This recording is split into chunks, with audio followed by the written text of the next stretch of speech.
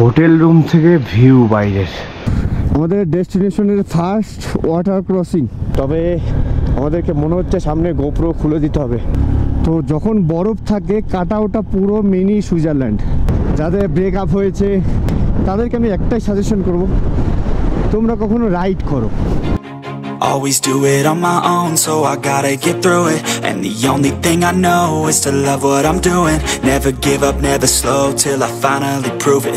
Never listen to the no's, I just wanna keep moving. আজকে আমাদের রাইডের third day, আর আমরা আজকে লাচুংয়ে আছি। আর লাচুংয়ে আমরা কালকে রাত 9টার সময় পৌঁছেছি।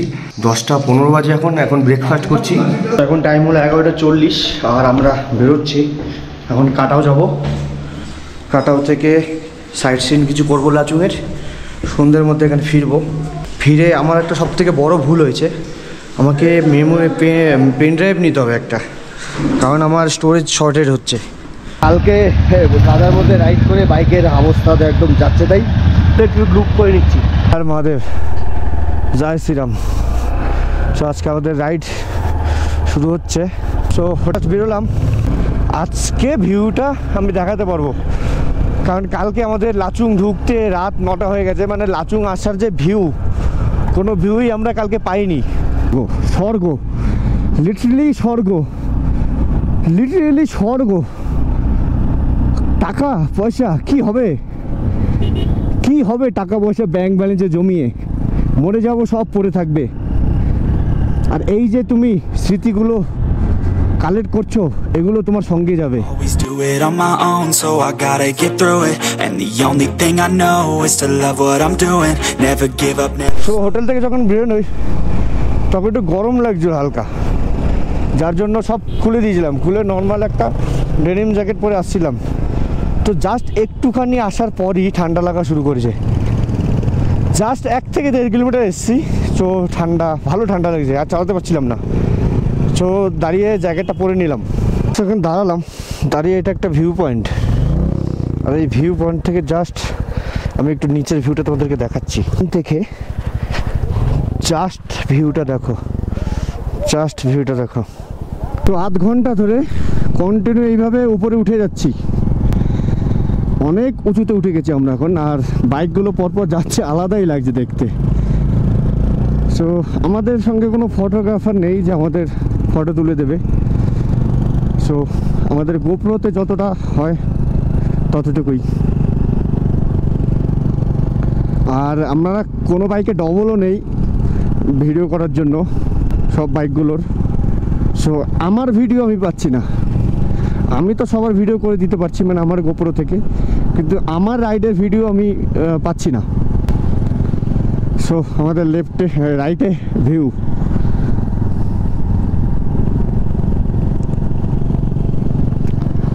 আর আমরা কন্টিনিউ উপরে উঠে যাচ্ছি।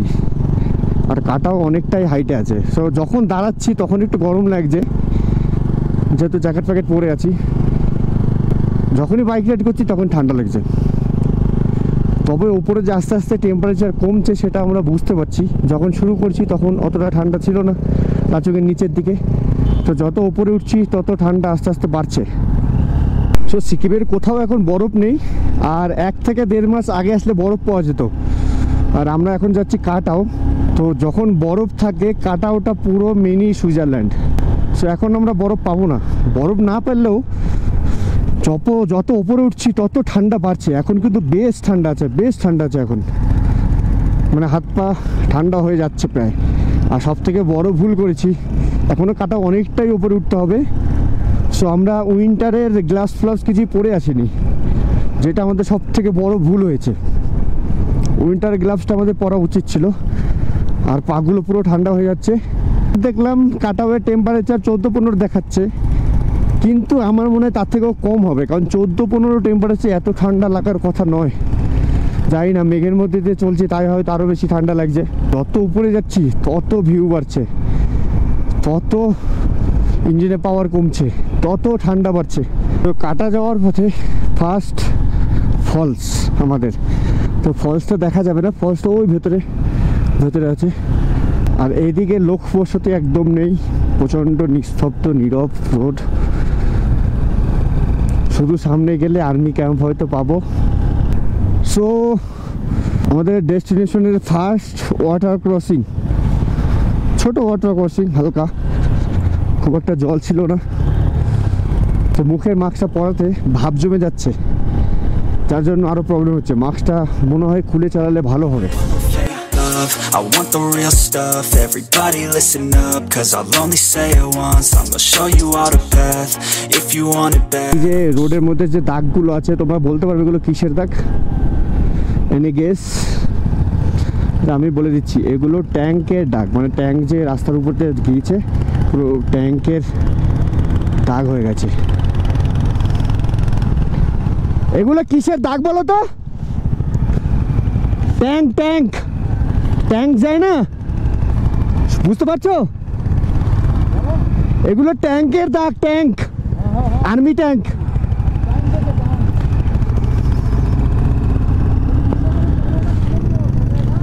হ্যাঁ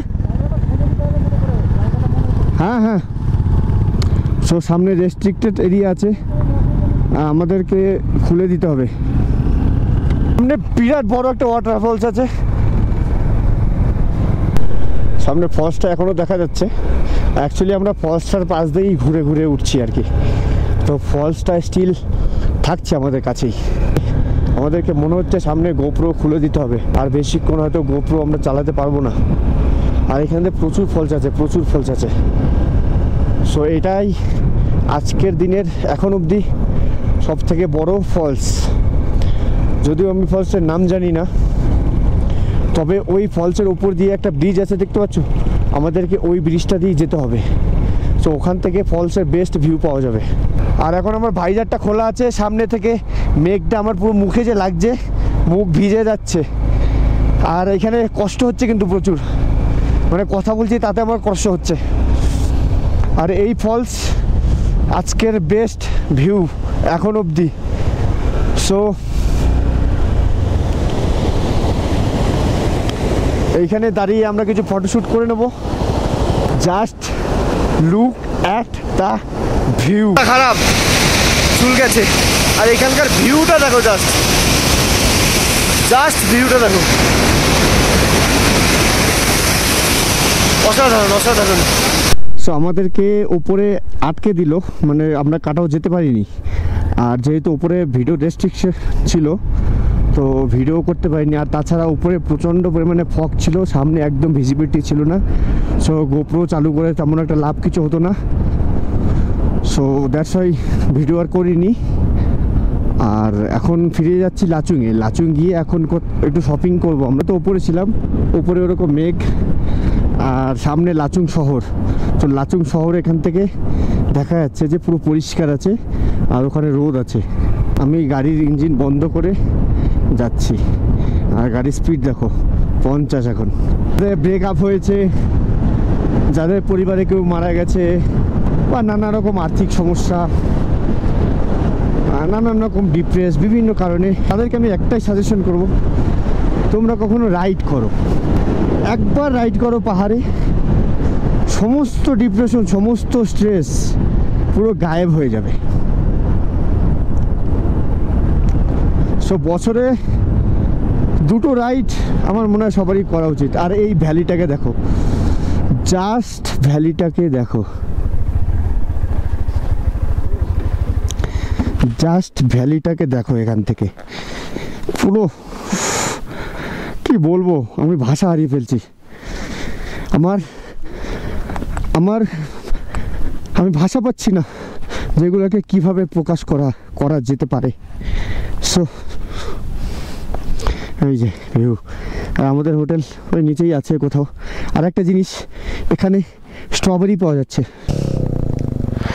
স্ট্রবেরি খাবে? স্ট্রবেরি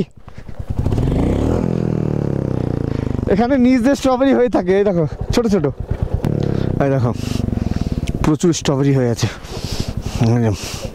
সো এখানে কিছুক্ষণ ফটোশ্যুট করে নিচে নামছি। আর এই জায়গাটা ফটোশ্যুটের জন্য বেস্ট ছিল, বেস্ট। সো ফটোশ্যুট, কিছু রিলস করেছি, যেগুলো তুমি আমার ইনস্টাগ্রামে, ফেসবুকে দেখতে পাবে। আর এখন যাব নিচে গিয়ে লাঞ্চ করব। সব থেকে বড় ভুল হচ্ছে আমরা হোটেলে লাঞ্চ করিনি, কারণ আমরা হয়তো ভেবেছিলাম যে দুপুরে কোথায় থাকবো না থাকবো, সো যাই হোক, নিচে গিয়ে আমরা লাঞ্চের ব্যবস্থা করে নিচ্ছি। এবার যদি ভাত পাই কোথাও হোটেল ফোটেল গিয়ে তো ভাত করব, না হলে ওই সব খেয়ে নিতে হবে। সো এখানে FZ, NS, হান্টার প্রত্যেকটা বাইক চালালাম।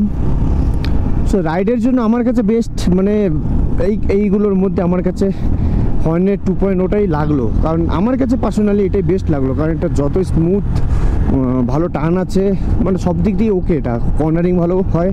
তো এই গাড়িটা আমি আপাতত রাইডের জন্য রাখছি। এবার এটাকে সাজাতে হবে, স্যাডেল ব্যাগ নিতে হবে, বক্স একটা লাগিয়ে নেবো। নিচে নেমে গেছি, আর এবার আমাদেরকে একটু খাবার কিছু দেখতে হবে, কোথাও খাবার পাওয়া যায় কিনা। Head up, that's a fact. Never looking back.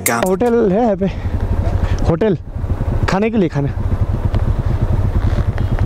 नहीं रहने के लिए नहीं, डिनर लंच करने के लिए ये वाला কাহিনী হয়ে গেছে।